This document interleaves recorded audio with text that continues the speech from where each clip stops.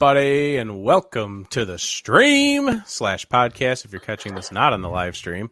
Yeah. But, regardless, welcome to On and Off the Field with Durf and Dylan.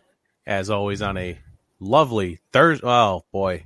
As soon as I said lovely, I looked out my window. No, never mind. It's just a Thursday. It's just Thursday. Yeah. Yep, just Thursday. Thank God we golf on Wednesdays and not Thursdays. Right. Yesterday was such a beautiful day. Yeah. Sun was kind of out. It was a nice cool day. It was beautiful. You couldn't ask for better golf weather. And then Durf has a very, very sexy chip-in shot for birdie. Oh, yeah. Fifth hole yesterday. Oh, man. Did not expect it, but that was fire. I don't think anyone ever expects a chip in. It kind of just happens. Right. I don't think you're sitting there going, "Yeah, I'm feeling it right now. I could chip this in." Yeah, like I don't I don't think that's a thing that people think. But yeah, so welcome to this show On and Off the Field with Durf and Dylan. So we're gonna get it out of the way right here at the start. On and Off the Field is no longer affiliated, or at least a part of RTF Sports Network. We have parted ways. This is just a decision, that we've just come to. Multiple reasons, no ugliness, no hard feelings, no nothing. So, social media, I'm not doing that for them anymore. So if you've been missing those posts, that's because I'm not doing them anymore. But overall, On and Off Field is just going to be on and off the field with Durf and Dylan. Yeah. We're going to be able to do our own little show. As short or as long as we want. We can talk about whatever we want without, network affiliations. So that's that. That's the facts, just so everyone knows.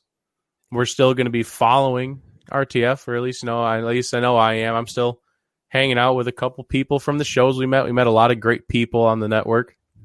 Been talking to some of them off to the side because they've been asking me, why? Well, still going to support the shows, still watch them, still comment on them. A lot of great shows, a lot of great people. So no hard feelings for us. It was just time to move on. Yeah. So we did. Do you want to say your piece? I already cracked mine. I'm a little late to the party cracking it. I grabbed the tall boy out of the fridge today. I've got that tall boy Molson, eh? What's up, Jason, from the Whiskey Hour podcast? Hope you're doing well this evening. So yeah, that's that big news. Our little big reveal there, getting that out of the way. And now, since there's no longer an RTF part to this, it's a little bit shorter, but Fred, where can people follow and like and subscribe and share and donate and all the good stuff? Where can that all be done and found? Oh, yeah. So you can find On and Off the Field on Instagram, Facebook, Twitter, and subscribing to YouTube on our YouTube channel. You can also rate and review the show on iTunes or Apple Podcasts, I believe is what it's called now. But as I digress, let us know how we're doing and what you like or dislike about the show. And you can find all of these links and much more at onandoffthefield.com, along with our fundraising efforts, and to learn more about Dylan, myself, and this great show. This amazing show, man. Yeah, great show, amazing. That's pretty much it for that. It's a lot shorter now. Shorter of an intro for that. Maybe we'll come up with other things to say there to kind of fill in the gap. Yeah. But the charities that are on there, Feeding America, which I think is still $110 we raised for them, but that's still out there. And then our main efforts right now, the Boys and Girls Club of America, I'm pretty sure that's still at $310, but I didn't check. Strikeout Beer's helping us out with getting our goal of $1,000 on that. They shared the link like crazy yesterday. Nice. And they said, if you donate when you go in there, you can like type your name in and like or type a message, whatever. When you put your name, if you put SB next to it for Strikeout Beer, they said they'll send you some swag and you'll be put into a drawing. And Rapid Dave says he'll auction off or he'll give out one of his helmets, one of his Star Wars helmets. Oh, man. So yeah, that's pretty good stuff. So make sure you go over and do that. Our goal is $1,000. We're a little over a quarter of the way there. So there you go. Looking forward to that hitting the main goal. And then our fantasy football league. I guess I need to kind of edit what I type here. Normally we just copy and paste our notes, but the draft is over. Yeah. We did that on Tuesday. It was a lot of fun. We have a Facebook user coming in. We haven't interacted much as podcast, but I follow y'all and appreciate everything you guys do. Fred, you want to figure out who a Facebook user is? Sure. Make sure you hit that StreamYard thing up there. It says allow them to see my comments. It only takes a couple seconds to do, and then we actually know who's commenting. You only have to do it once, I'm pretty sure. You do it once, and then like you're good forever, I think, or at least your profile is. So just got to do that real quick. For our Fantasy Football League, like I said, $310 going towards the Boys and Girls Club of America as of right now. I'm pretty sure the winner's going to get some merchandise. We're going to give them out some swag. We might figure out a trophy. We're just working on things, whatever the prize is at the end, we all win because we all donated to charity. That's what really matters. We're all winners at the end of the day. Except there actually will be a loser. I mean, that's just a fact. Oh, I don't know who it is, but maybe you do. Oh, okay. Darnell Playmaker Salons. Oh, yeah. Yeah. I don't know the name, but I think I follow a couple of his stuff. I see him post some good stuff all the time. Oh, nice. Well, I think it's the Playmakers blog. I think is what I always see. Playmakers show. I'm not sure the actual name of his podcast. Pretty sure it's Playmakers. But yeah, we did never interact too much. We appreciate the love, and I do I love the stuff that you post. You have great content over there, so appreciate that. If you go to onoutthefield.com, we have a store tab now. You can click on the store tab, go to the store, get some merchandise, stickers, shirts, tank tops, coffee mug, iPhone cases, whatever you want. We still have those cool stickers with the Tatis Jr. one, nice swing, and the Joe Kelly one, nice pitch with an extra word at the end. we won't say them on the show, but you can go buy them. I thought it was the other way around, wasn't it? What, we're not supposed to put it on stickers and we can say it on the show? No, I was thinking it was nice swing for Joe Kelly, nice pitch for Tatis. Yeah, did I say it wrong? Yeah, it was backwards. It's all good. Oh, no, my bad. Thanks for catching that. That didn't make sense. Yeah, the Tatis Jr., nice pitch. Yeah, because he swung. Yeah, there we go. They're good stickers. The design's brought to you by Wayne G over at Infinity Sports. There he is, Darnell Playmaker Salons. Yeah, Playmakers blog. Yeah, good stuff. So yeah, if you use OOTF at checkout, you get 10% off your purchase. And we haven't figured it out yet because we haven't made too much profit. We're gonna I'm pretty sure this will be monthly. Whatever we make for the month, we'll withdraw our profits, and we're gonna figure out how much we need to put towards keeping the podcast alive, getting some new gear, whatever the case may be, and then whatever we can put towards the charity that we're doing. Yeah, it might be around 50%, but it depends on what our goals are. We have technology needs to improve the show. We want to improve the show. We want to make it better for everybody, and we know what we need. It's expensive stuff, so we're going to slowly get there. So we just need all y'all's help, but we realize, the fundraising and the charity comes first. That's our goal at the end of the day. So I think that's it. That covers everything. Made some announcements, some big announcements. For those wondering, there he is. You can follow him on Facebook, probably on Instagram too, I would assume, maybe even Twitter. It's good stuff over there. Yeah. So, a little bit over 10 minutes into the show. Let's move into our first amazing segment. The Other Sport!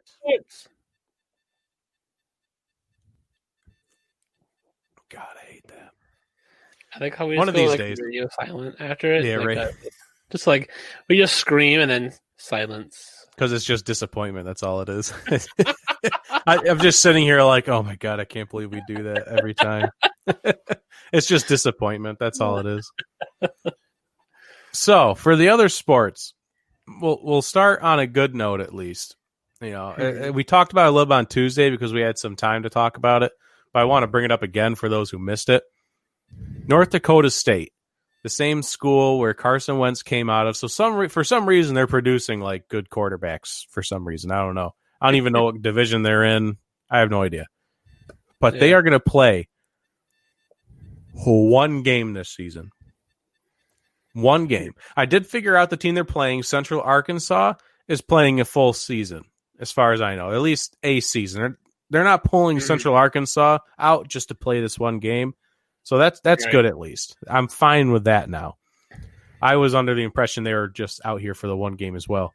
But they're pulling out the entire North Dakota State team for practices. They got to go, get their pads, and they got to, work out.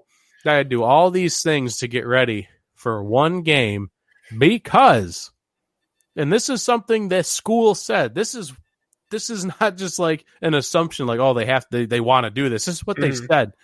Since there's not going to be a full season, and even the NFL combines and, in jeopardy with everything going on next year, you never know how long it's going to last.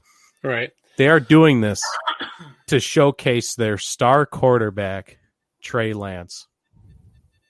One player. No, not good. That is a huge kick in the nuts to the rest of that team. I'm sorry. If they're like, hey, guys, I need you to show up and play this one game so Trey can have a good time, I'm not going. No, not a chance. I got class that day. Sorry, coach, can't make it. Like, for real? I was just baffled by this. Yeah. I don't know. Like, maybe like we're alone in this, but this is weird, right? Like, this has got to feel weird to everyone else on the team. Maybe they like him. Maybe they want this for him, and they're just showing up to support him. Sure, then they're fine. But on the outside looking in, this looks weird to me. Oh, it's totally weird for one player to showcase his talents. The guy was probably going to be late first round pick next year anyway. Why risk it?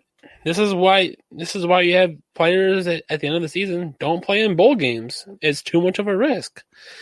Does he not have enough good tape on himself, like, to show the NFL teams? I doubt it. He threw 28 touchdowns and 0 interceptions last season. I think he's he good. Has enough tape. Yeah, I think you're good. I don't think that's the problem.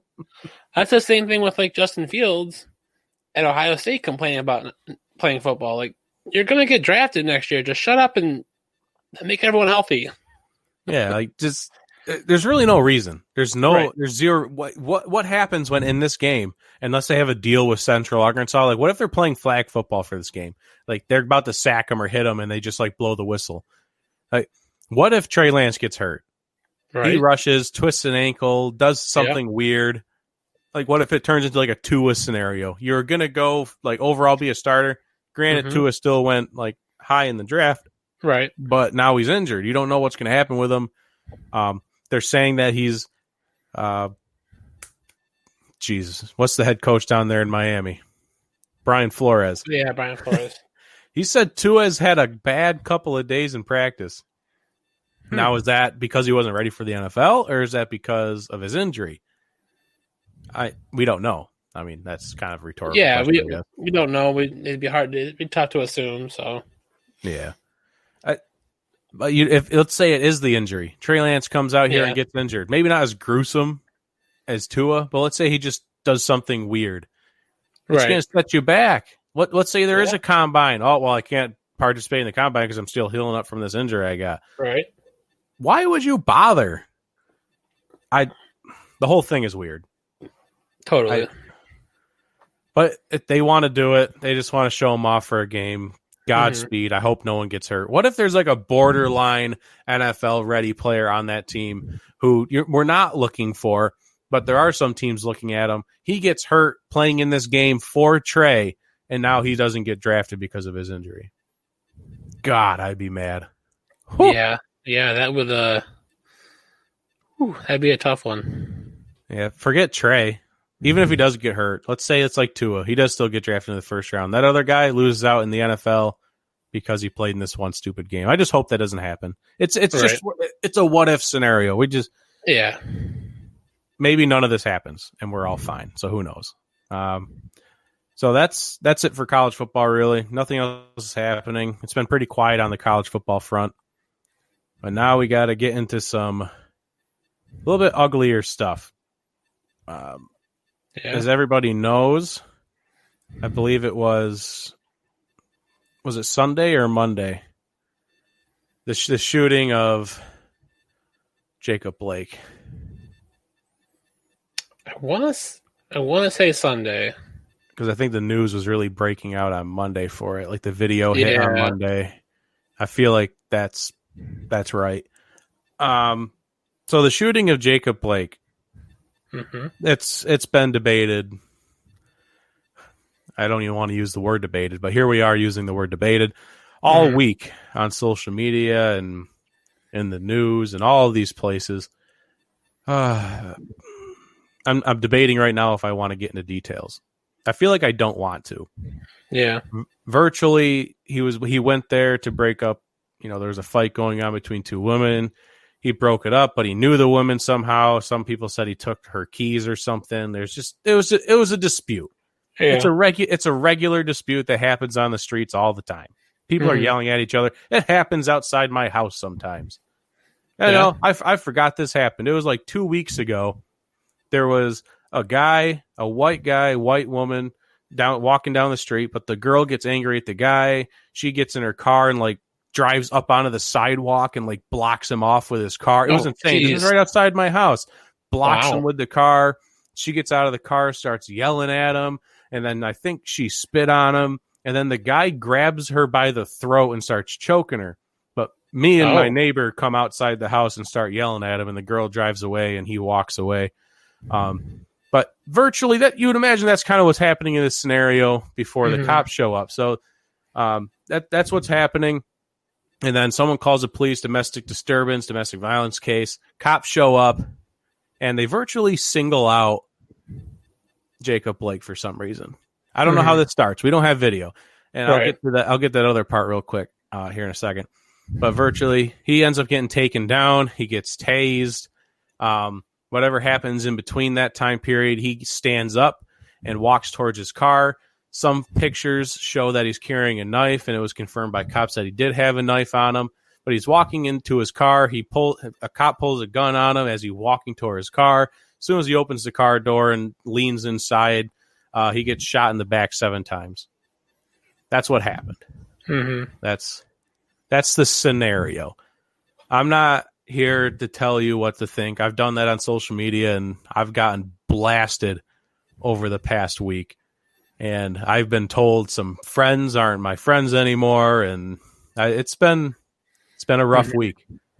But this is where we're at as a society. People need to take a side, and hopefully it's the right side. But that's my opinion. Not to try and get too political or whatever you want.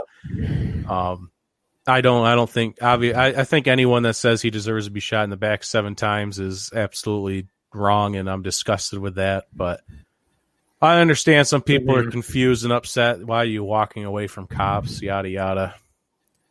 I don't know what cop is trained to shoot a guy 7 times in the back just because he's walking away from you. Right. I'm pretty sure you can go to the mall in Greece here in Rochester. Go to the mall, and some cops will walk up to some kids that are being loud, and they walk away all the time. To be clear, Jacob Blake was not under arrest at any point during this. They just saw him as a threat, and this was the result. Well, I mean, yeah. I mean, it's trying to put a spin on this, and I'm trying to think of how to approach it safely. It's tough, yeah.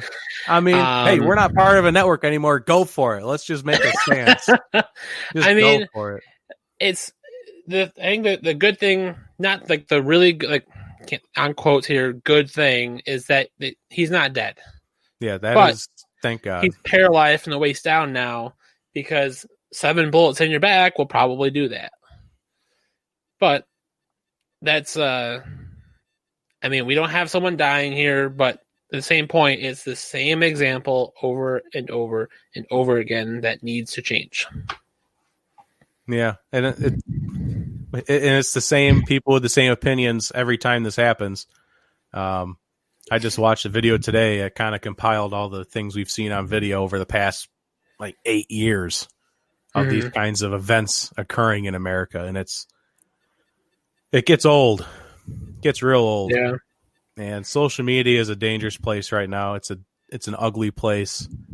And luckily, I'm going on vacation starting tomorrow, and I'm taking a hiatus from social media for the most part. I'll probably post 1 or 2 things on our account, but for the most part, I'll be off of social media for a little bit of a cleanse, and I can't wait for that. That's going to feel good. There you go. Because it's an ugly place right now. Yeah. So to start out, since everyone knows that happened now, the NBA. We'll start with the NBA.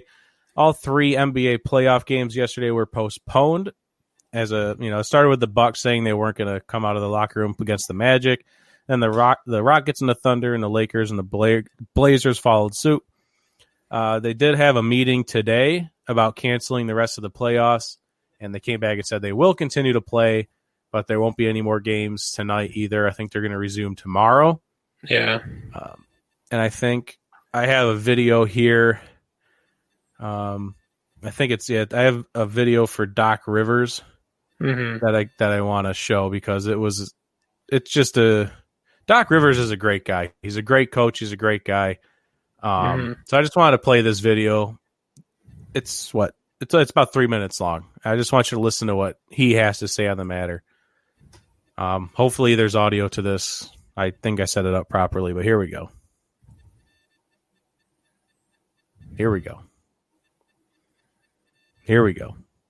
Come on, Doc. Talk to me. Come on, Doc. Boy, my internet. Convention, and this convention, and they're spewing this fear, right? Like, all you hear is Donald Trump and all of them talking about fear. We're the ones getting killed. We're the ones getting shot. We're the ones that we're denied to live in certain communities. We've been hung. We've been shot. And all you do is keep hearing about fear. It's amazing to me why we keep.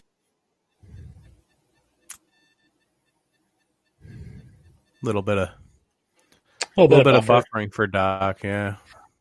Man, I can't wait to get better internet. Loving this country, and this country does not love us back. All right. Well, that's unfortunate. Yeah, he kind of just goes on to talk about why we play a game for people. We entertain people. Mainly the black community, especially in basketball, is sitting here entertaining the world. And on the outside, black people are being shot day in and day out. I know there's people love bringing up, black on black crime, black on white, white on black. All these. This isn't the topic we're talking about. The people that suit up every day in the blue uniforms, they're supposed to protect people, and they're killing unarmed black men all the time. And this is what we've been seeing time in and time again. And people are sick of it. That's an emotional Doc Rivers. I don't know if you could tell with the audio, but his voice cracks. He's getting emotional talking about this. And we need change. Pretty sure he goes on to talk about that. And he talks about a little bit why, the boycotts are happening. This is the part that I don't think people are understanding. is why the boycotts happen. I think that's mainly the reason. That's the title of this video, was America doesn't deserve sports right now. And I'm a little upset. I think the only reason I'm a little upset is because we're going to keep sports, which is greedy of me to say, or selfish, I should say. But I'm kind of disappointed they didn't cancel the rest of the season, because America doesn't deserve sports right now. People don't deserve it. No one deserves it right now. America's not acting like America. There's a Pledge of Allegiance, justice for all. We're supposed to be a united country, and people aren't getting justice. It doesn't exist for the black community right now. I just saw Brian Snow tuned in. What's going on, Snowman? And Doc had a great speech there. I'm kind of upset it didn't all play. I have one more video coming up a little bit later. I hope that one works. We'll see. Godspeed. Yeah. I mean, do you have any other thoughts on that? I think I got all mine out there. Nah. I mean, I think you covered the majority of what I'm thinking here, and yeah, it's we're gonna have sports probably back in the next day or so, but do we really need it right now? No. Do we want it? Yes. Do we deserve it? No. It's not bringing this country together, so. People say constantly, Darnell comes in, hoping they'd cancel, but sitting back and thinking about the bubble as a platform to use to its fullest. I used to think that, because I was mad at Kyrie when he said he didn't want to play at all because it would have been a distraction. And that's what I was just about to say was, people constantly label sports as a distraction.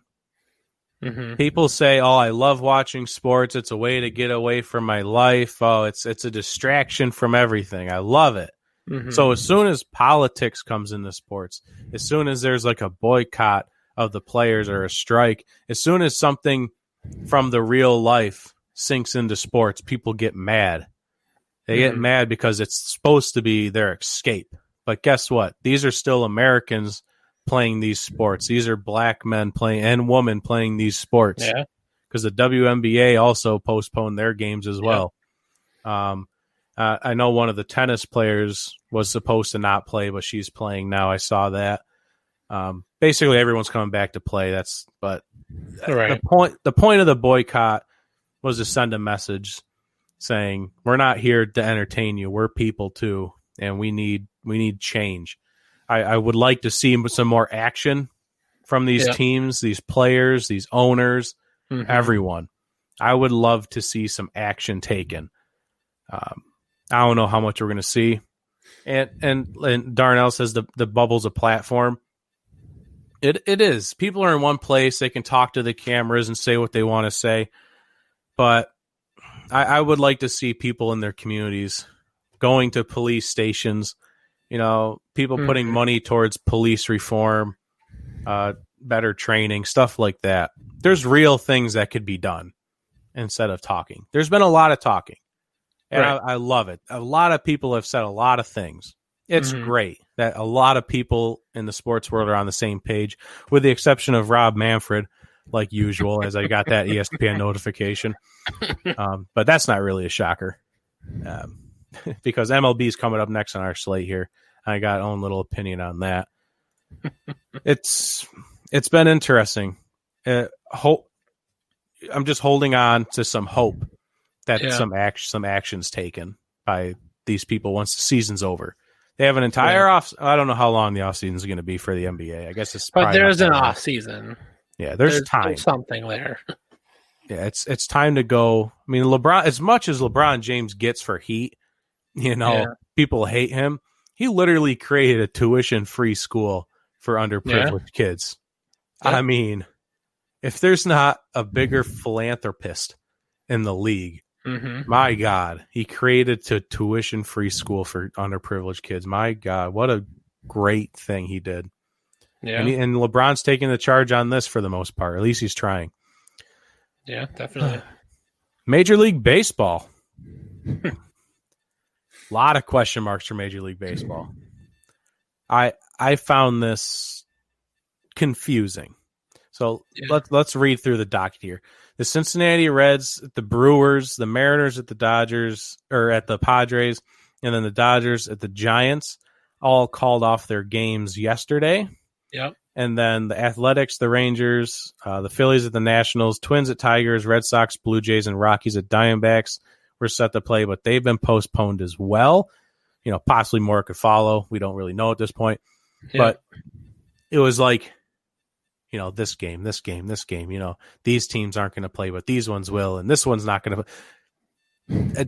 There's this distance there. There's not a unity in Major League Baseball, and it starts with Rob Manfred every single time. Every single time. Yeah. Adam Silver comes out, games are postponed. He's just going to ride with the players. It's fine. NHL, God, as much grief as he gets, they just got done canceling or postponing all of their playoff games for today and tomorrow. Mm-hmm. But Manfred, was it Cashman? No, it's not Cashman. I can't think. I don't know the NHL. I don't know what his name is. I should know what his name is. Darnell says, shout out to Mookie Betts and Clayton Kershaw for leading the Dodgers yesterday. Yep, that's true. And then the Mariners. This was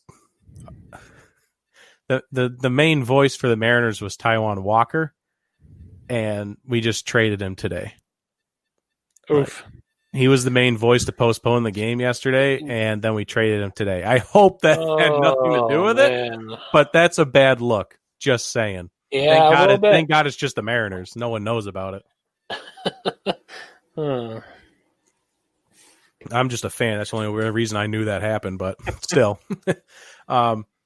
It's just weird. Why? It's just like some games will play and others will not. There's no continuity. There's no unity here. Mm-hmm. There's no solidarity as a league here. It just feels like a couple teams did it here and there because maybe they were forced to. They felt it was the right thing to do, but other teams were like, we're not being forced to, so I guess we'll just go out and play.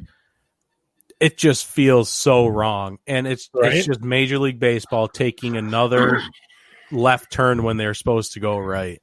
And it's just what they've been doing all of 2020. Yeah, no, really. Yeah, I was a little surprised the Marlins and the Mets played last night, too. That was interesting. I know there was a Mets player who actually kneeled at the beginning of the game. I don't remember his name offhand, but there was a video I saw this morning that he had a pretty emotional speech afterwards about how upsetting it is with everything that's going on. That fact that he has to be scared for his life. And I don't think you're getting that enough from the MLB. There's not enough player action because it's an owner league. The owners and Rob Manfred are controlling this league, and they're controlling it the wrong way. And that's probably what the issue is here, is why some teams played and why other teams didn't for the right reason. And yeah, that's a great point with being owner driven, which is kind of surprising why NHL canceled or postponed their games for Thursday and Friday, because that's a pretty owner driven league. I think they're starting to become more player driven. Right. They're getting there. They're working on it, but I don't think they're quite there yet. But this was a step in the right direction. But yeah, NBA 100% player driven. Oh yeah. Everything that happens with the players. Excuse me. And then the NFL, it's kind of the same scenario with the NFL, I would say. It's about 70% player driven, I would say. I think punishments get handed down a lot more for things in the NFL, but they're still freely able to do whatever they want, which we'll get to what the NFL has done and said the past couple of days. But yeah, the Major League Baseball is just it's owned and driven by millionaire owners. Yeah. And we will never see positive change out of Major League Baseball. I don't think ever. It's going to be hard for me to believe that Major League Baseball will ever be the sport to lead for change with social injustice and systematic racism. That I just feel like that's never going to happen. Yeah, probably won't. I used to say that about NHL, but Yeah. the very few black players in the NHL have stepped forward and said a lot of and came forward and voiced their displeasure with the NHL. They have come forward. They said, forgot who it was. I just saw the quote today calling out NHL and said, everyone else is helping, making change, doing things, and NHL is doing nothing. And he called him out for it. And I thought that was great. Yeah, that's great. There's not a lot of black players in NHL you can name. I think I could name one who's on the Predators. It was like on the tip of my it starts with an S. God. Yeah, Well, he used to play for the Flyers. That's the only reason I knew him. My dad was a Flyers fan. Oh, okay. Oh, PK Subban, I think. Subban. Okay. But I don't know why I once I get on a thought and get a name, I need to get it. Like it's just like this little thing. I need to get this out of my head.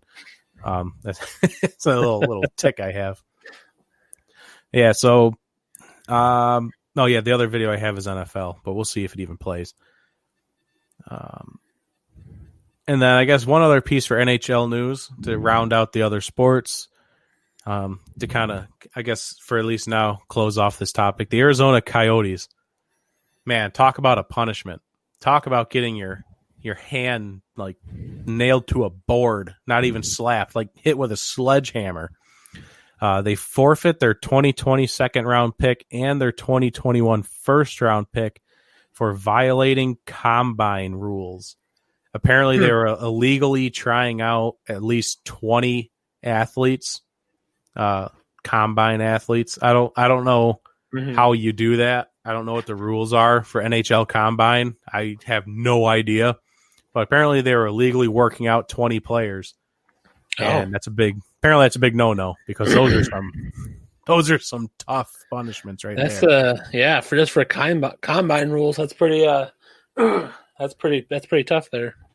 Like, imagine the Bills getting their 2020 second round pick and 2021 first round pick taken away. How would that make you feel? Because I know we're not big NHL fans. So if like the Penguins or like someone got their picks taken away, I'd probably be like, oh, that sucks. But imagine the Bills.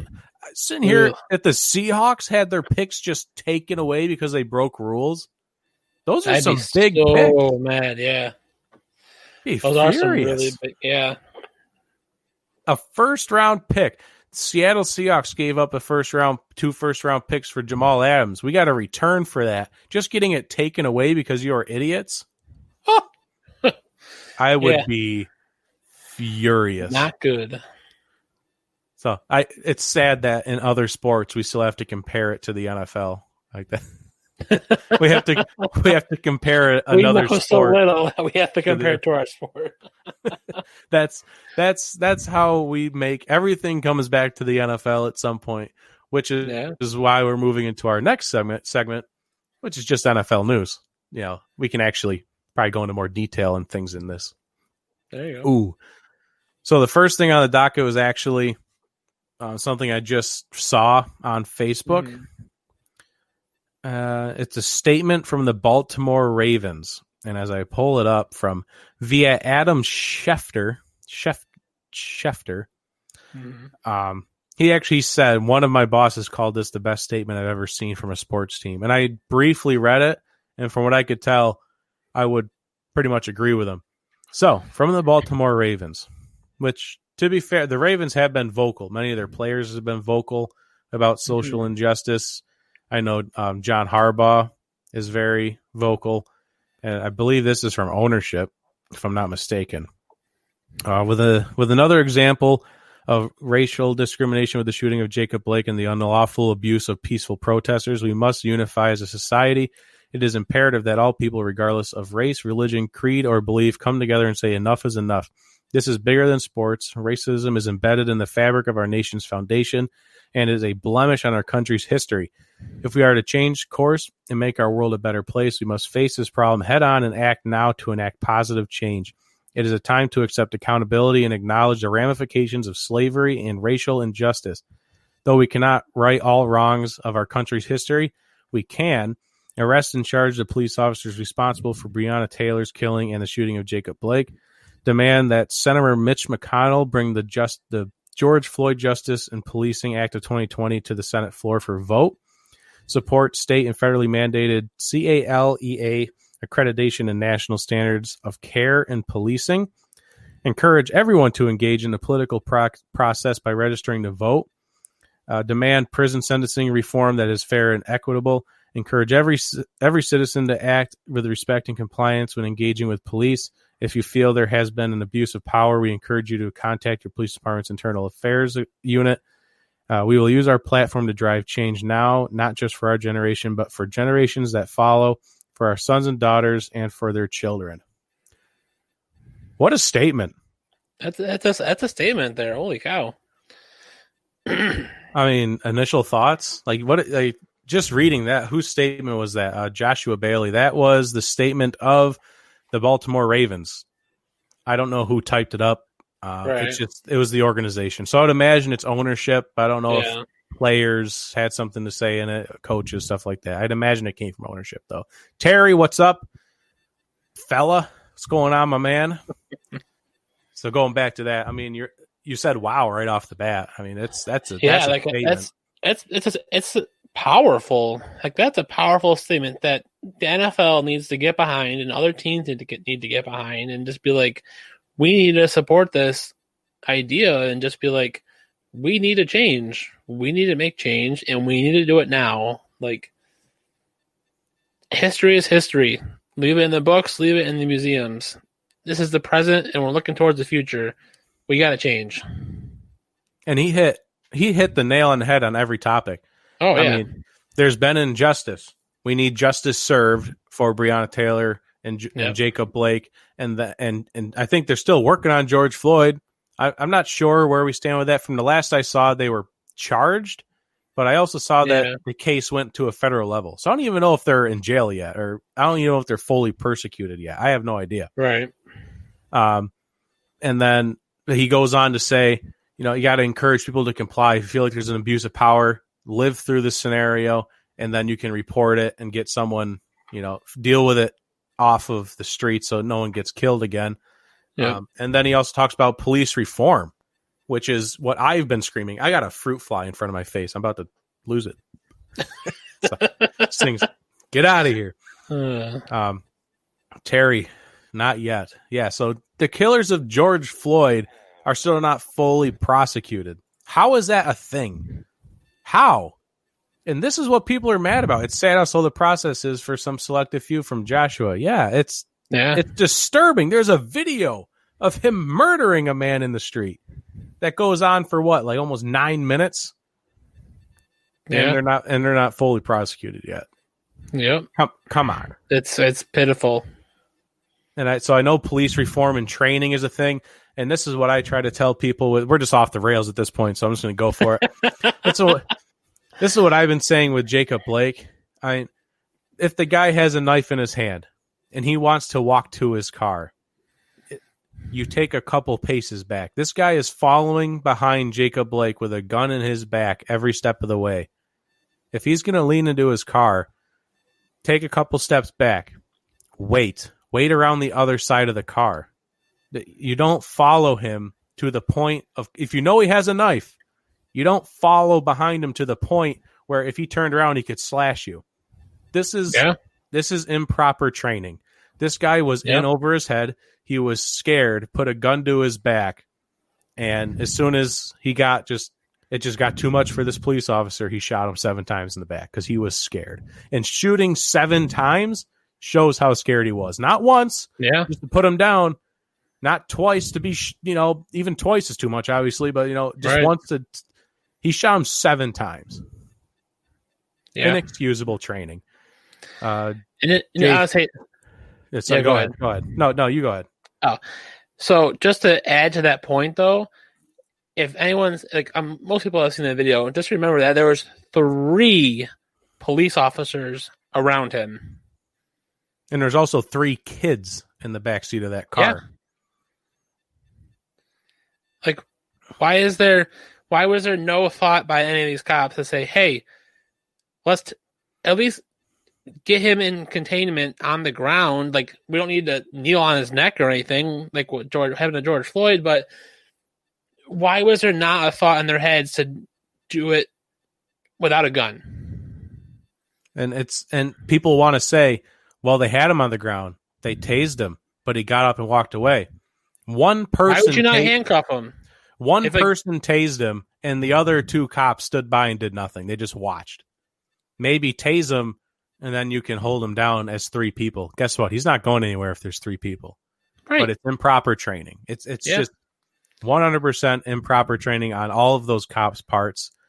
As the comments stack up from Jason, we need police reform because there's dumb mistakes making martyrs out of pedophiles. I'm not entirely sure of that comment there, but we do need police reform. I go with that first part. Terry, where's the logic? What's he going to do with a knife? He turns around, he stabs someone with a knife. I don't know if you're dying from a knife, but if you know he has a knife, take a few steps back. Why are you even putting a gun to a guy's back who has a knife? Take a few steps back. You know, I don't want to put my military experience in this because I never deployed, but from what I learned, the rules of engagement, if the guy has a knife, you take a step back and you yell at him, put the knife down. If he doesn't put the knife down, then you can show your firearm. At this point, you shouldn't even have your gun out. That was step 1 that was already wrong. And then if he doesn't drop the knife, you can show and display your firearm. And then you can tell him again, drop the knife, I have a gun. If he's starting to approach you, he's getting angry, you can take your gun out. And then if he's starting to come at you, you can shoot a warning shot. I know that's kind of hard in a populated area, but that's really the next step is shooting a warning shot. And then if something really gets out of control, there's steps to this, and none of them were followed, which shows you how poor the training is. Joshua says it only takes 6 months to be a cop in California. I think you should go to college to be a cop. You should have to get at least a 2-year degree in criminal justice. If you want to be a cop, you got to take several physical ed classes about how to take people down. You have to take psychiatric classes, psychological classes. I don't know what proper word to use. You should have to get a degree to be a cop. That's just a fact. Yeah. It's 6 months.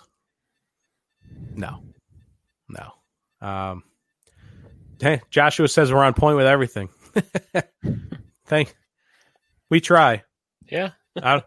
I'm sure there's a lot of people that are going to listen to us and disagree with us. But let me make this point very clear. I know this is pretty deep into our episode, but let me make this point very clear. If you don't like where we stand on something, you can unfollow us. Yeah. You can not listen to us, and I will lose no sleep. I have already blocked several people on Instagram. I have forced people to unfollow me before. Not recently, but I have before. Yeah. I don't care. Yeah. This is human rights, and if you don't like it, you can get off. Because I just don't. None of us have time for that. Yeah. Tony coming in with the bam, and Joshua says followed. Hey, we appreciate that, man. You're welcome to go elsewhere for your sports talk. We have talk sports. To be fair, we have talked some sports. Very little because nothing has happened because there virtually are no sports. Right. But they're boycotting sports right now to talk about the issues. We're kind of boycotting a lot of sports talk to talk about the issues as well. So yeah, that's kind of where we're at. But right, if you disagree, you can still respect. You can still listen on both sides of the fence, and that's there are people that have the ability to do that. I know Brandon is one of those people. You can disagree to a certain point. I know me and Brandon agreed on a few things. We disagreed on a few things, but guess what? I still love Brandon over there at Triple Shot Sports, and we're still buds. And I know Terry brought up the 17-year-old knucklehead who was walking around, came from another state, and ended up killing 2 protesters. That's a whole nother topic of why a white 17-year-old can walk around with an AR-15 and cops don't question it. But Tamir Rice was in a park playing with a toy gun and he gets gunned down. I mean, there you go. That'll sum it up for you. Yeah. Let's see here. People need to go to college for saving lives. They need to go to college for saving lives.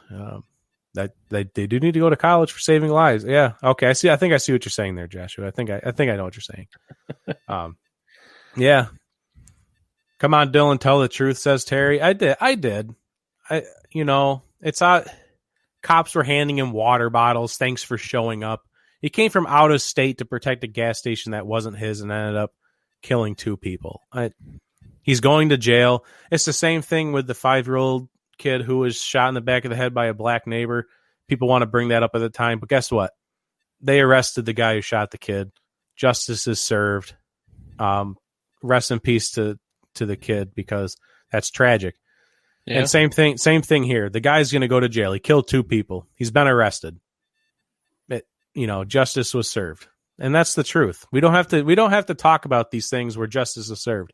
That's the whole point of the movement here. We're not here to talk about, well, this happened. Well, he went to jail. We don't need to talk about it. We need to talk about Breonna Taylor's killers are still out free. George Floyd's killers are out free. Now, Jacob Blake, who knows what's going to happen with those cops? God, it's exhausting sometimes, though. Yeah, it can be, but sometimes you got to be exhausted to get stuff done. Yeah, we've been talking about it for almost an hour. The thing is, you guys, we don't want revenge. We want justice. Yeah, no, that's what I'm saying. We want justice. That's what if these people are sent off to jail for 20 to life, whatever the case may be. Hopefully, it's for a long time. That's what we're looking for too. Yeah, we want the cops that are killing unarmed black people to go to jail. That's what we want too. That's what NBA players want. That's what NHL players. Everyone's coming out and saying these things. This is basic knowledge. This is basic human rights, that people that get shot that are unarmed, the killers should be put in jail. I feel like that's basic, but we as a country cannot figure that out. Tony says, try hosting a show with Rapid Dave. That's exhausting. Man, I was on the show with Strikeout Beer last night, only for about 20 minutes. Yeah, that's some exhausting stuff. I had fun last night, and I love you guys were awesome last night, and I appreciate the guys from Strikeout Beer sharing our charity efforts and trying to get that up there. Really appreciate everything they've done. They're coming after one of the victims of the killer. You're coming after one of the victims of the killer. Oh no, I didn't hear that. I'm not sure which one that's in reference to, but if you throw it in the comments, I can at least browse over it and see what you're talking about there. I've not seen that, but as we got completely off topic, that's a great statement from the Baltimore Ravens. Yeah, we go here. Oh, Rosenbaum. I saw something about that. I didn't read into it enough. Yeah, and they're not going to stop till we get to a grand. We appreciate that, man. That's awesome. They have a great show over there. I didn't watch the entire show last night, but I dropped in for 10 or so minutes. I hadn't really watched Strikeout Beer much. I had seen little bits here and there. I just dropped in and I was already enjoying myself. It wasn't like you got to sit there and listen for a few minutes and you kind of get into the groove with how the show's going. Nope. Yeah, like us. Turn it on. Yeah. We're all set to go. Yeah, like our show. You have to kind of deal with it for a little while before you get in the groove. Yeah. No, Strikeout Beer is a top show, man. Yeah, I love those guys. I'm jealous of how good they are. Yeah, but no, they got great stuff over there. And Rosenbaum, one of the victims, was a sex offender, is what Terry's saying. Sex offenders, the only thing where I draw the line, obviously pedophiles. That's the other thing going on in America right now is save our children. Hashtag save our children with all the pedophilia going on. Yeah, pedophilia is not a good thing. Put them in a wood chipper, call it a day. I don't really want to get into that right now, personally. But so to get into some NFL stuff, the Lions were the first team not to hold a practice. They were shown holding a sign saying we won't be silent outside their practice facility. So they basically, so teams have followed suit. A lot of teams are boycotting some practices. Some teams are talking about not playing their first game. I know the Giants and the Seahawks are the two teams that are kind of leading that discussion right now, maybe boycotting the first game of the season. That's a little ways away. It's like 2 weeks away. So that could change. So it's just a bunch of this, and it's giving a chance for these teams to come together and talk things out. So I'm going to try and play another video. Godspeed, this works. But this is from the Tennessee Titans, who put out a statement about why they canceled practice and what they spoke as a team and talked about what they talked about since they didn't hold practice. So let's try this again. Good afternoon.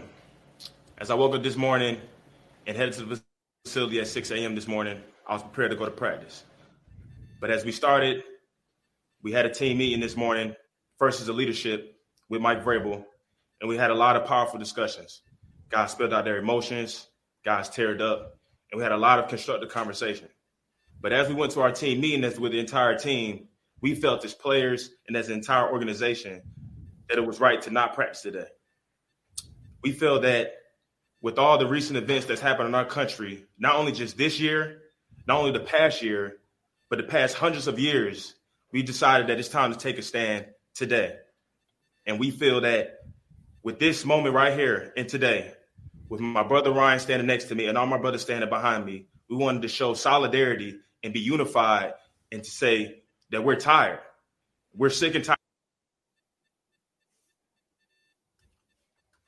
Oh, boy. Oh.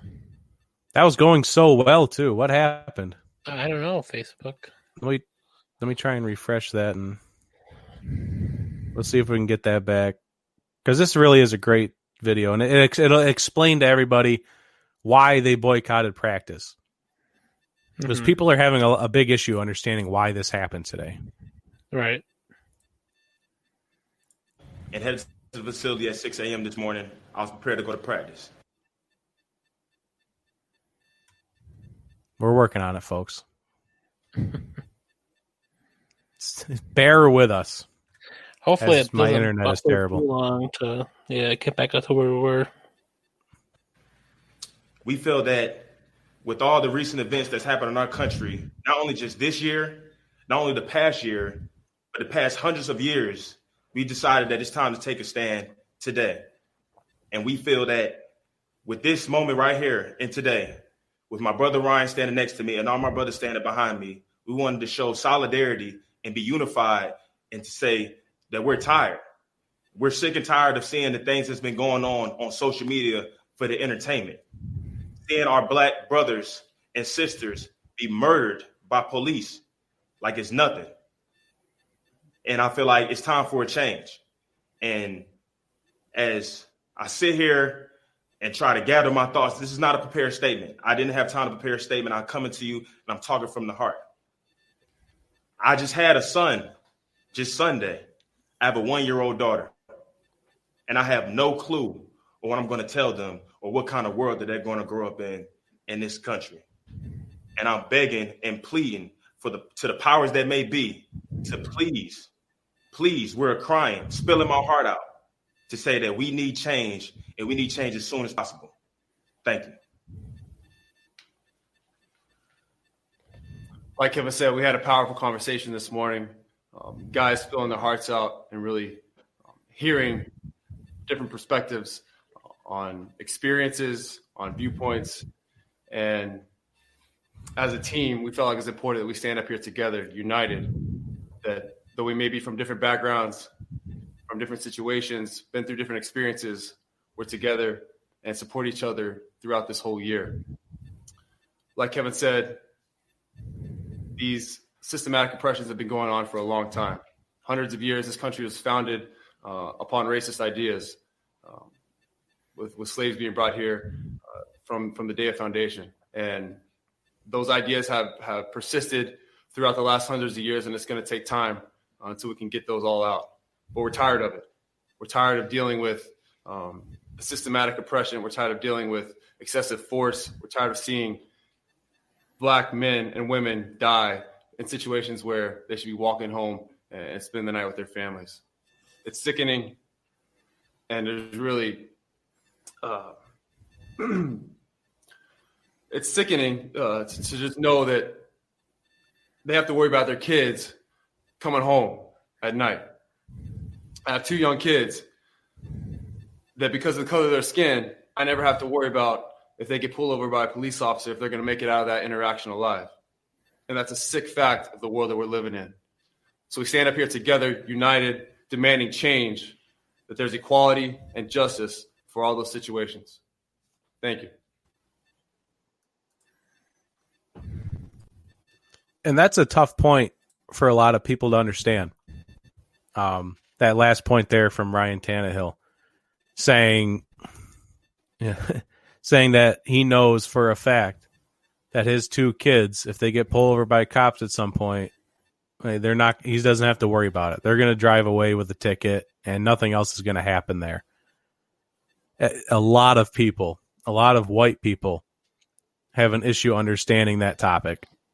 And that's where a lot of the hate comes from people in the white community, is they don't understand that topic, that because of the color of their skin, they don't have to worry about interactions with the police. That's an amazing statement from the Titans as a whole. It's an amazing statement for Ryan Tannehill for him to understand that. And that's why they boycotted practices, so they could sit down as teams, figure out whatever their next step's going to be, as a team. That, if they're going to boycott a game, if they're going to go into the community and do something to help, raise some money, work towards police reform, whatever the case may be. Fred dropped out of the stream here for a second. So, I'm going to wait for him to work his way back in. But let's see, the comments haven't changed at all. So, let me know your thoughts in the comment section on all of this. It could be the same viewpoint we're kind of taking tonight. It could be the other viewpoint, any other viewpoints that you want. It's fine. We're here to listen as well. And we're here to give our opinions. Well, everyone in this country is allowed an opinion, but we just ask that, you listen to all points of view, because there's a lot of people who haven't seen all of the walks of life. There's people that don't leave their hometowns. There's people that don't see the world in its entirety, and they don't understand the kind of pressures and oppression that the Black community faces. And it's hard to watch, and it's hard to see on social media. A lot of people, a lot of disgusting people on social media, and they don't understand it. And I got another Facebook user commenting on the stream. I'm not sure who you are. It says, listen to me. I'm not sure who that is. Make sure you hit the StreamYard button at the top that says, let me show you who I am. Make sure you hit that so I know who you are when you're commenting. Still no Fred. Working on getting Fred back. But some other NFL news real quick, I guess. One of them is Bills related. I want to get Fred's opinion on the Bills, but hey, well, Fred can't join, but Fred's lovely wife Emily can. Just tuning in, and she loves the video we just shared. Thank you. Yeah, it was a great video. As soon as I listened to it, I was like, I know I'm going to have to share my screen and show that to everyone else. And that was a great video. I really wish I could have finished the Doc Rivers video, but for some reason my internet sucks. I guess, thanks, Spectrum. We were looking at Dan Snyder. He's under investigation because he had lewd videos made of cheerleaders for him. It just stacks up. It's just stacking up for Dan Snyder. I feel like at the end of this, Dan Snyder has to be relieved of his team. He has to be forced to leave that team. I would like to think at some point that has to happen. Tony, big things for the Bills this year. I tell you what, I don't know where Fred is. Maybe I'll send him a message. He's working on getting back, I think. But he would love to talk about his Bills. I know for a fact that the Bills are going to be dangerous on offense if Josh Allen can be the quarterback he's supposed to be. Would you say love Josh Allen, Tony? He says he loves Josh Allen. I have him on my fantasy team. Yeah, if Josh Allen can step up this year and be the guy he's supposed to be, the Bills will be deadly. They have Stephon Diggs, Cole Beasley, John Brown, and Gabriel Davis out of USC.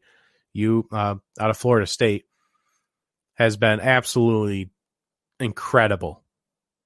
Though those 4 receivers right there, if those 4 receivers were on, let's say the Packers, anyone that we consider a top tier quarterback team, if they were on any of those teams, we would be saying that's the best wide receiver core in football. Because it is. John Brown, Cole Beasley, Stephon Diggs, Gabriel Davis. Absolutely ridiculous. But since it's Josh Allen, we don't look at that as a top tier receiving core. But we should. It's disrespectful. Tony drafted Josh Allen last night. John Brown's a beast. Big John Brown fan. He was the first touchdown scored on Stephon Gilmore of the Patriots. Broke Stephon Gilmore's ankles on that deep touchdown pass when they played the Patriots last year. I can see that route in my head of him just breaking on that. It was supposed to, he was going towards the middle of the field, like to the right of the field, and he just Stephon Gilmore just lost him, and it was an amazing play by John Brown.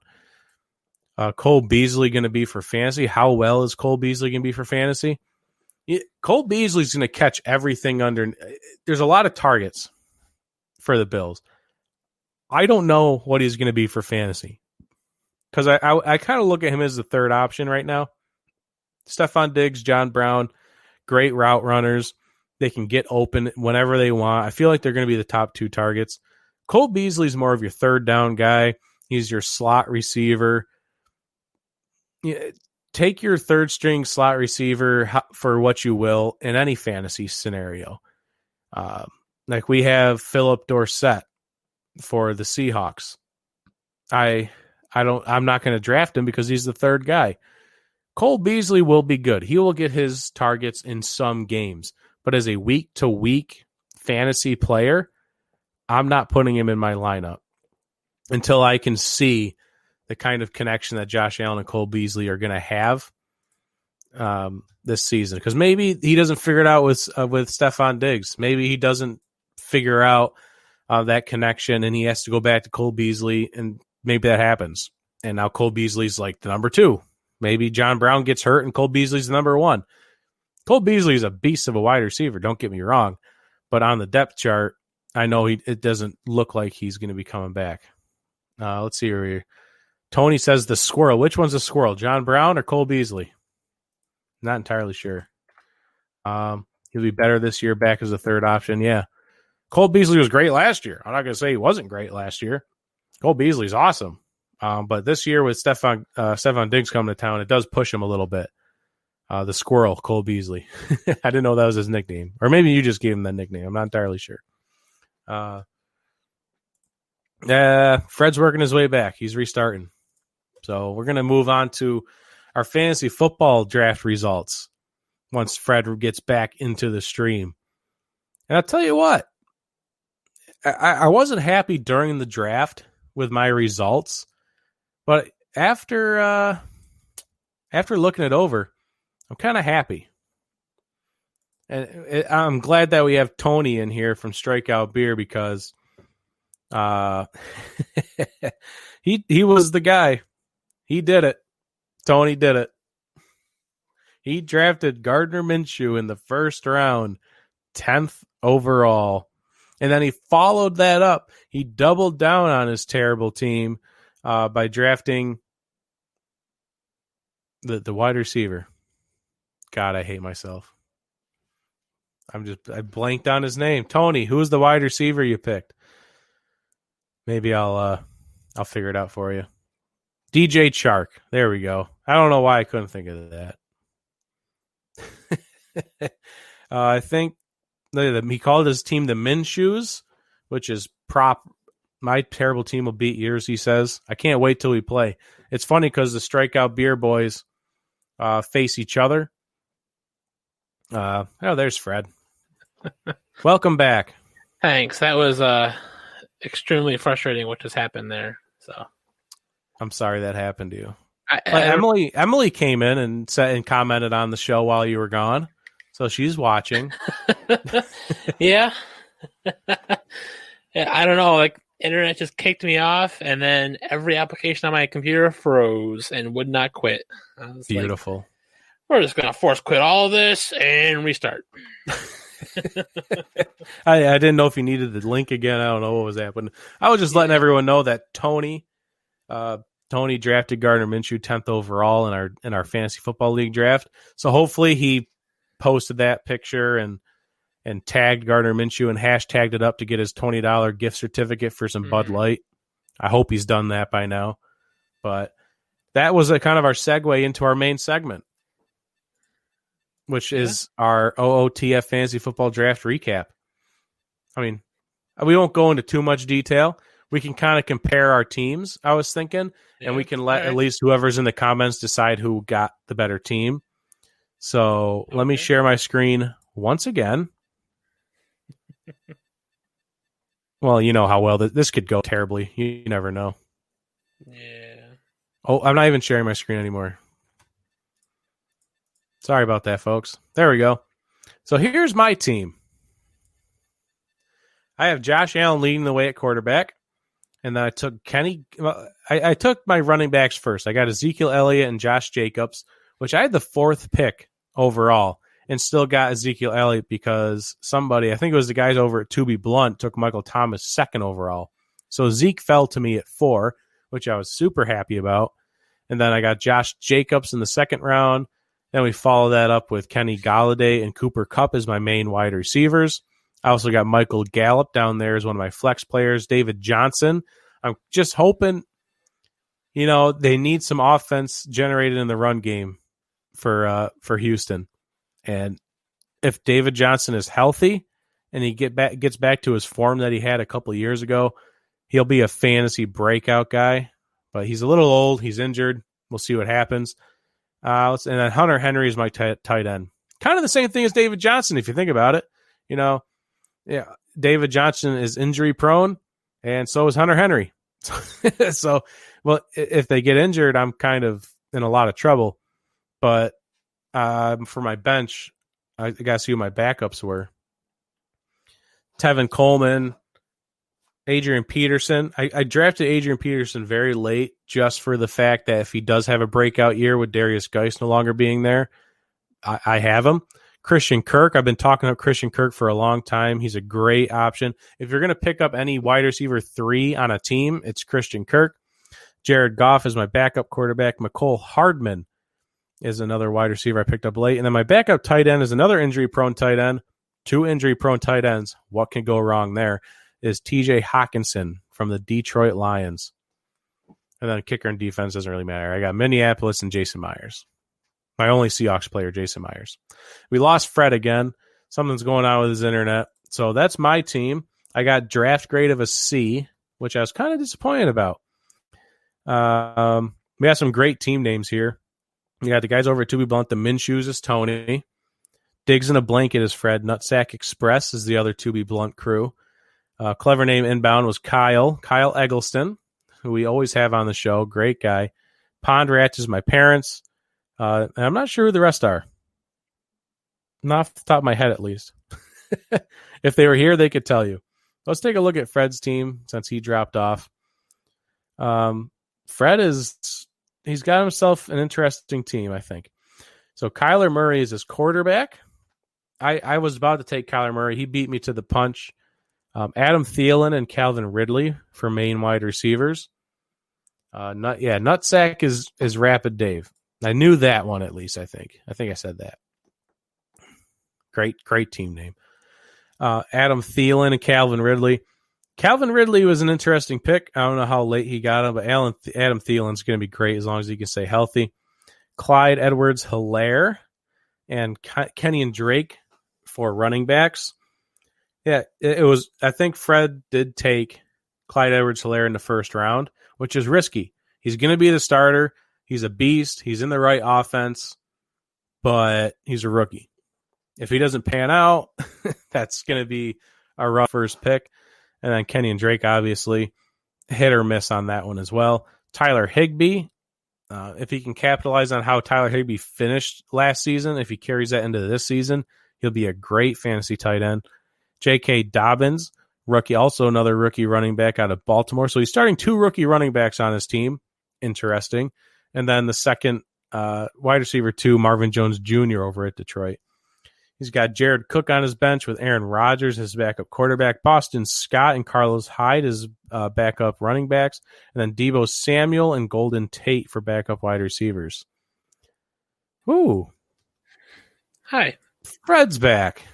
I just got done going over your team. Oh, okay. Yeah, Tony says he doesn't like taking a rookie in the first round. You don't know how well he's going to be in the NFL, so defend your Carlos Edwards-Helaire pick, or just Clyde Edwards-Helaire pick. All right. I mean, he's on the Chiefs.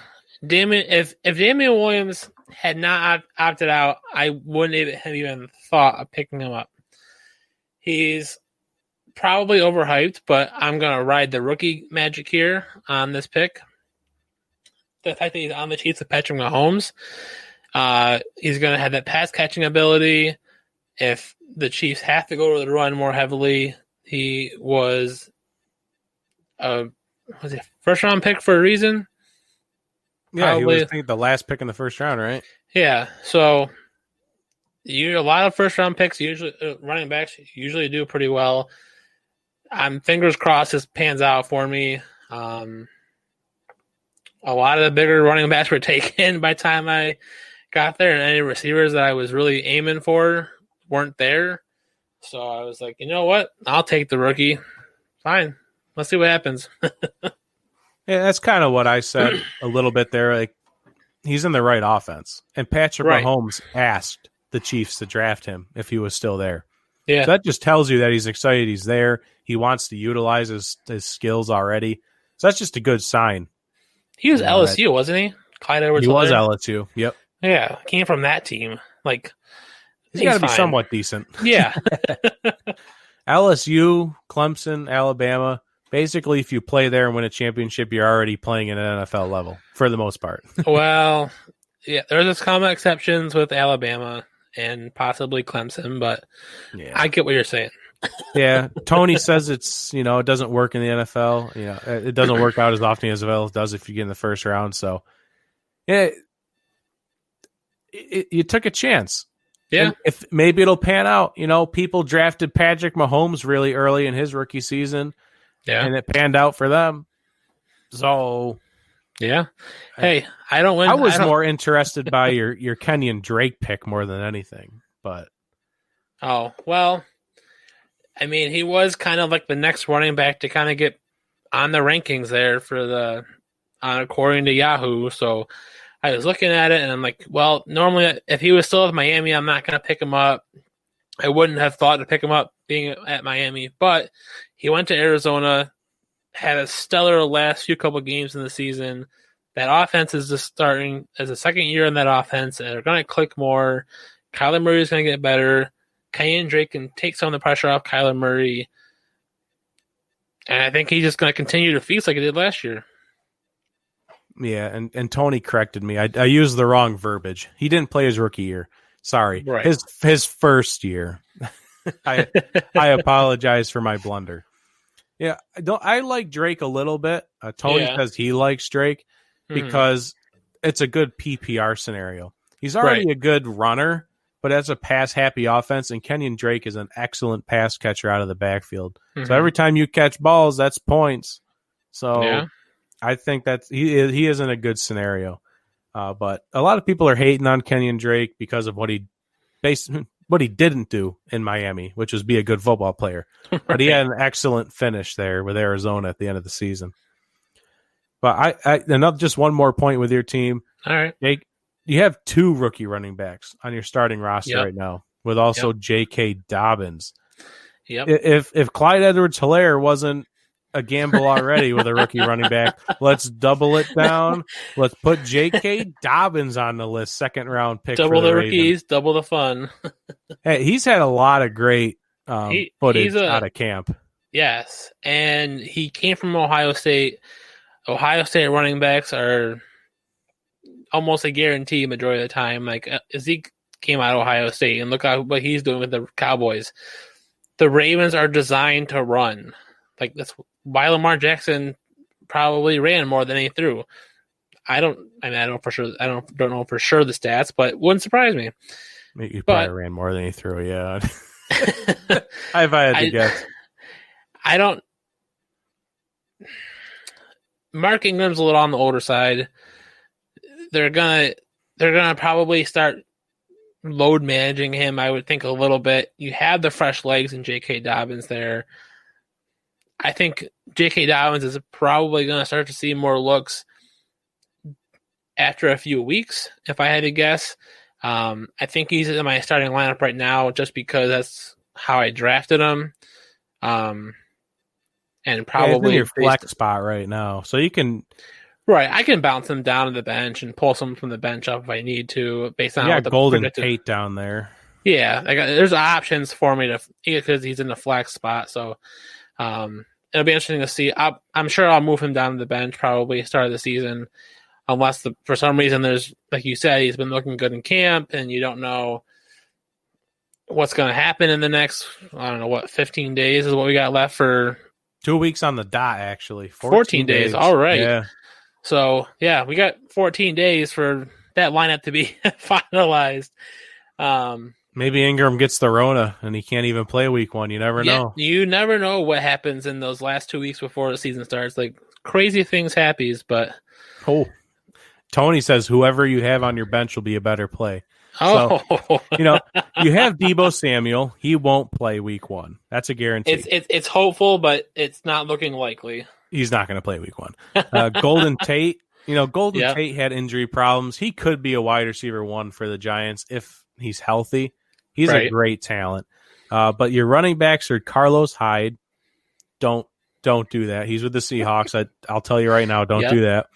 But then the one interesting one that you could replace him with is Boston Scott for Philly. Yeah. Miles Sanders is a little banged up right now. Yeah. I don't know if he's going to play week 1. I know he has a minor injury. He probably will play. But Boston Scott had a run at the end of the year last year. Yeah, he really did. If you're going to have a 1-2 punch in Philadelphia, I think they just drafted a rookie running back as well, if I'm not mistaken. Yeah, I don't know. I'm not sure. I don't know the name, but yeah. But Boston Scott, if you're going to have a 1-2 punch, Boston Scott would be a good option. So yeah. I would put him in above anyone else on that roster because maybe Golden Tate, maybe. Apparently Joshua Bailey's a Packers fan. Nice. Hey, Joshua, let me know how many weeks Aaron Rodgers is going to play this season. Over under on 7.5. Let's do it. Let's make that stat line up. I'll put that in the OOTF family group page. I'll put the over-under at 7.5 games that Aaron Rodgers plays this season for the Packers. So keep an eye out for that poll in the group page. That's why he's my backup on my team. Yeah, Tony says you got a rough stable of running backs. Yeah, you kind of do. Oh, yeah. It was a very wishy-washy draft for me, but. I'm a waiver wire kind of guy, so we'll see what happens. I know Tony will agree with you on that. Tony says you win it in free agency, not the draft. Yep. But you did get a B for your draft grade. I got a C for mine. So I mean, the one thing I did not like in my draft was drafting the Ravens defense so early, but that was on my own fault. I timed out. So yeah, I remember seeing that, and I had some questions. It says your stretch pick was Marvin Jones Jr. in the 8th round. That's not really a stretch. I didn't think it was a stretch. I mean, he's like the number 1 fantasy football receiver last year. Like, he's insane. I mean, Marvin Jones and Kenny Golladay, if Matthew Stafford is healthy for the whole season, those two guys are going to eat. Yeah. I mean, Matthew Stafford has the ability to throw 5,000 yards a season whenever he's healthy. Why would you say he's a stretch? Come on, Yahoo. Come on, Yahoo. Yeah. Jeez. But they said Deebo Samuel was my steal pick or something. Yes, and I was going to actually steal him, but you got him the round before I wanted him. I was hoping he was going to last a little longer because you got him and you got him really late. Yeah. Tony says he'll take the over on 7.5. Joshua Bailey says if he's healthy, he'll play the whole season. Aaron Rodgers. So maybe I got to set a little higher. Maybe 7.5's too. Maybe that's too easy. Maybe. What do you think? 9.5? 16 games. I was thinking either 9.5 or 10.5. I would lean towards 10.5 because I don't see Aaron Rodgers slowing down. He's probably super pissed off right now, and he's going to come on that field and throw. He's going to come on that field and throw 7 touchdowns in the first game, and just be like, "Yeah, what?" Yeah, he's mad. He's mad about the world, which is why if you have Devontae Adams on your roster, good for you, because he's going to be catching most of those. Yeah. Yeah, Tony says you don't want a high score with Yahoo. They suck at scoring a draft.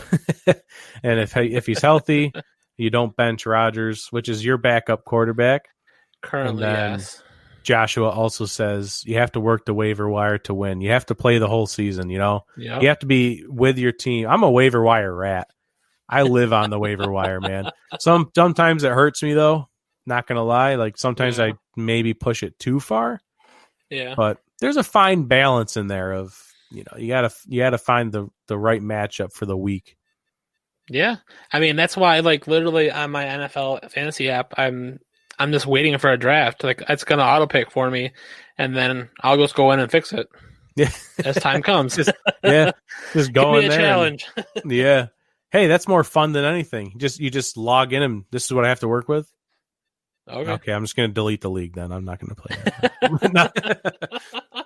It's really fun when you auto draft like that, and then you go in and just like wreck the entire league, and you just take it from them, and they're like, "Who's this guy?" Well, how often does that happen though? That happens. I've won twice in a row on auto draft leagues. Wow! So you have won leagues before? Yeah. All right. I've never won a fantasy football league in my life. I've come close. Yeah. But I think I've made it to the championship once and lost in the championship. But I've been playing fantasy football for a couple of years now, and yeah, still have never won. It hurts. Yeah. So maybe this is the year. There you go. Maybe this is the year. I will win my own league, and I'll send myself my own merch. That's what we'll do. Neither of us can win, Fred. That'll be a bad look. Yeah. Yeah, we can't send our. Might. Yeah. We'll figure it out. Yeah. Let's see here. Tony says he wrecked the league where I drafted a kicker and a defense with my first 2 picks. Took second in that league. Tony's a madman. That's impressive right there. Tony's a madman. Taking kickers and defenses with the first 2 picks, and then he's over here taking Gardner Minshew with the 10th overall this year. You don't have to worry about winning. I've got this. All right, Tony. Tony has got that BDE. If you don't know what BDE is, you can Google it. But he's got that BDE going all day long. Maybe we'll make a BDE T-shirt for the on out the field. If you just think of Nick Foles if you need to know. If you can't, if you don't know what that means. Well, we're an hour and a half into this show. I think that's good. We've had a great show tonight, I think. Yeah, I think we've had a really good show. We talked about a lot, and it wasn't like we were in a time crunch, and it was just let it roll. We let it roll, and we got a lot to talk about. Yeah. We're 2 people who just like to talk. We love interacting with the folks in the comment section, although it was like virtually Tony and Joshua down the stretch here, but that's fine. That's fine. Yeah. We absolutely love any interaction that we get. Ooh. Before we sign off, we have a Facebook user coming in. Who is the best sleeper at QB, wide receiver, and running back?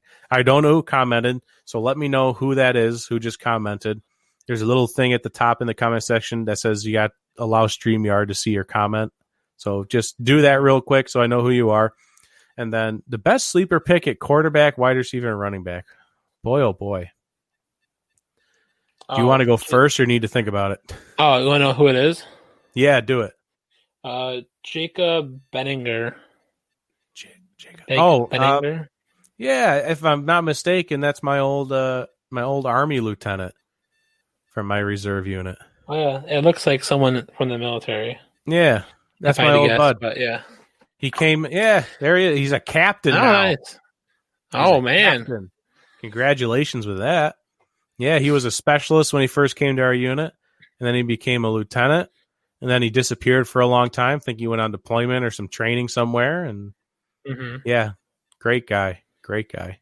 I miss him. I miss you, Captain. Captain.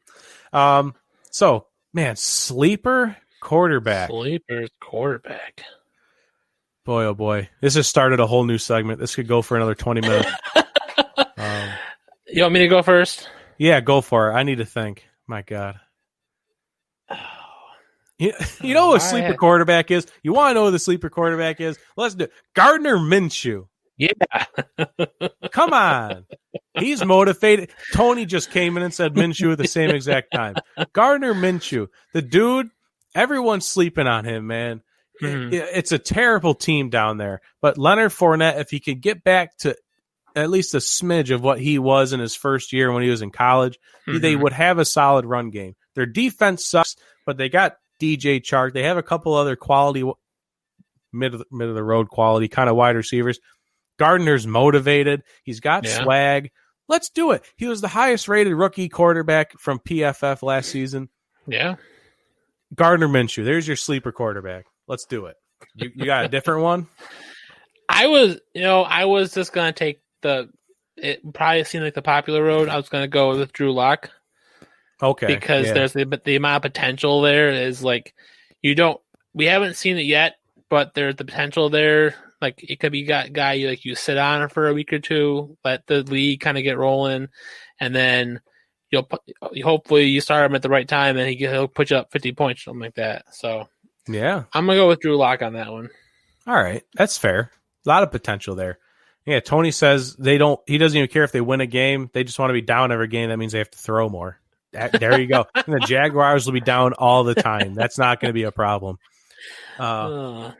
Looking for Jimmy G to have a big year. Yeah, I don't think so. He has no wide receivers anymore. They're all hurt or they've left in free agency, so no chance. He's going to have a worse year, if anything. Calling it right now. Danny Dimes as well, says Joshua for a sleeper. Yeah. That's He's fair. got because potential, yeah. He's got the potential. He has a solid running game with Saquon, but every single person in that receiving core got hurt last year. Sterling Shepard, Evan Ingram, Golden Tate, every single one of them went down with an injury at some point. So if that doesn't happen this year, yeah, big sleeper. He could have a great breakout year. So what? Sleeper wide receiver. Who's people sleeping on this year? I think I already thought of one real quick. Okay. Alan Lazard, Green Bay Packers. Shout out for Joshua. Alan Lazard of the Green Bay Packers. Who else is there to catch balls in Green Bay? You have Devontae Adams. Alan Lazard showed up in a couple games last year, and I think Aaron Rodgers started finding that respect. And I think he really first showed up against the Raiders. I remember watching that game when Aaron Rodgers threw like 6 touchdowns against the Raiders. Yeah. Alan Lazard went off that game. So, hey, maybe this is the year. Emmanuel Sanders, says Tony. Yeah, I guess so. He's like borderline sleeper. He's the wide receiver 2 for the Saints. Yeah. Yeah. Maybe people are sleeping on him. I'm going with Lazard, though. What about you? I'm going to go with Keenan Allen. Whoa. Yeah. Is it as a sleeper? Yeah. Okay. I don't think people expect a ton out of this Chargers offense. Like, I don't. I guess that's fair. Right, but you got statement. to remember who was behind center for the Chargers right now. You're talking with Mr. Conservative Tyrod Taylor, and that's Keenan Allen's style. He's a great short to medium route runner. So if he can get open for Tyrod or Tyrod, whatever his name is, Tyrod, yeah. I think it's pronounced Tyrod. I think he has been on multiple sports shows. His really, name is actually Tyrod. I think. Oh, my apologies. I could be wrong too, though. I believe that's what I've heard. Yeah. But Miles Boykin, says Tony. We just got done talking about Miles Boykin. late in the draft on Tuesday, we were making fun of Miles Boykin. Oh, So if he's a sleeper, go for it. Yeah. Guy in Washington, Terry McLaurin, maybe. probably. Yeah, he says it's pronounced Terod. But yeah, Oh. Terry McLaurin, I had a chance to draft him. I could have drafted him, but I don't know about Dwayne Haskins. He might have a breakout year. He showed up late in the year last year. I don't know. I got a don't weird expect feeling. him to have a breakout year. That's my opinion there. Yeah, we got it right. Joshua says we're right. Yeah, I don't know. Maybe he's considered a sleeper. Maybe he breaks out. Yeah, Maybe. All right, sleeper running back. I got one. Boy. Oh, okay, go for it. He's all over it. Jonathan Taylor. Ooh, Yeah, Colts rookie Yeah. running back. Okay, dude was a beast in college, and he's already came into the NFL and is like already making waves on that team. Like Marlon Mack's got something to worry about when he goes to bed at night because Jonathan Taylor is coming running right up behind him. yeah, and talk about he's running behind the best offensive line in the league Right? by a mile. Oh yeah, That offensive line is crazy. Yeah, 100%. I would 100% agree with that. Oh boy, sleeper running backs. I have no idea. I'm trying to think through the teams real quick. Who might we be sleeping on? What are some teams? Maybe Boston Scott. If Miles Sanders doesn't stay healthy, Boston Scott had a great end of the year last year. Maybe he can continue that this year. Mm-hmm. J.K. Dobbins. Anybody that plays on the Packers. Yeah, A.J. Dillon for the Packers. There you go. Yeah, that's He could another be- one. Yeah, Sharon carries with Aaron Jones. Maybe with his giant thighs, he can come out and have a great season. His thighs are just as big as Saquon's. Tony says anyone Durf drafted at running back is a sleeper. yep. That's how I roll. No guarantees. Rolling the dice every time. Yeah, I think Philip Lindsay could be a sleeper too. I think that's my serious one. Yeah. I think is going to be Philip Lindsay. Oh, I think it's totally possible. You got Melvin Gordon walked in there, and he's probably the presumed starter. But Philip Lindsay had himself a rookie year. You got to keep an eye on him. He kind of faded out here and there. He didn't Yeah. have a consistent year, Mhm. but that's what off seasons are for. He worked on it, and maybe he's already come out saying, "I'm not just going to lay down for Melvin Gordon just because he's in here." Philip is motivated, so if motivation's a factor, maybe Philip Lindsay's a sleeper. I'm gonna take Philip Lindsay. All right. All right. So Just there's like that. I don't know if Cat and Bellinger stayed in here for that entire segment, but there's your sleepers. Yeah. We like to break our picks down. We just don't spit them out. We like to take time. We explain our choices. They're gonna split time there in Denver. Yeah, I Sounds feel about right. I feel like people are just like, oh, Melvin Gordon's there. That's it. Like it's just gonna be Melvin Gordon show. Got a lot of weird feedback right there, like scratchy sounds. That was weird. Yeah, that's all right. Happens all the time. Yeah, it'll be. I feel like people think Melvin Gordon's just took the job, and people are like forgetting Philip Lindsay existed there. Right. So maybe he comes out and surprises people. Completely possible. Yeah. Never know. All righty. Well, before someone else asks a 10-minute question, we'll drop off the show for tonight. It's probably one of our longest ever. So thanks for everyone that came in and stuck with us. Thank you, Josh. Thank you, Tony. Thank you, Captain Bellinger. Hope everyone's staying safe. And Fred, give these people a word of advice. Well, we got to pause before we do that Oh, we have to pause. because we didn't talk about next week. Oh, my Unless God. you did while I was rebooting the computer and internet. So, just so everyone knows, if you're finally staying into the end of the show here, Dylan's on vacation next week, so instead of doing a full hour and a half show twice next week, I'm just going to pop in on Tuesdays and Thursdays, do a quick news update with you guys, just to give you guys some content for the show, and we'll go from there. Kind of taking a little bit of a break, trying to keep it light a little bit of recharge for myself as well. But yeah, so next week we'll have a little bit of what Durf's digging and some other sports and NFL news going on. So yeah. Yeah, I did forget to mention that. Thanks for this is it, we haven't mentioned it in a long time. That this is why Durf really came on the show. Yeah, he's the brains of the operation. I completely forgot to mention anything about that. Yeah. What the hell, Dylan, says Tony. Yeah, we're taking the baby somewhere, getting out, enjoying life a little bit. So yeah, Durf's going to take over for next week, and it's going to be good. Yeah. Some short stints there. A little bit of what's Durf digging. Yeah. That was our segment name for him that we've done maybe once. Haven't really come I think once. I think it's only been once. It was the last time I did the show by myself. There you go.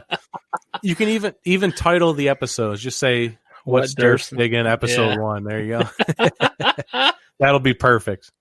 There you go. All right. We already teased them once. Now that that's out there, Durf, give these people some advice. Protect your nuts.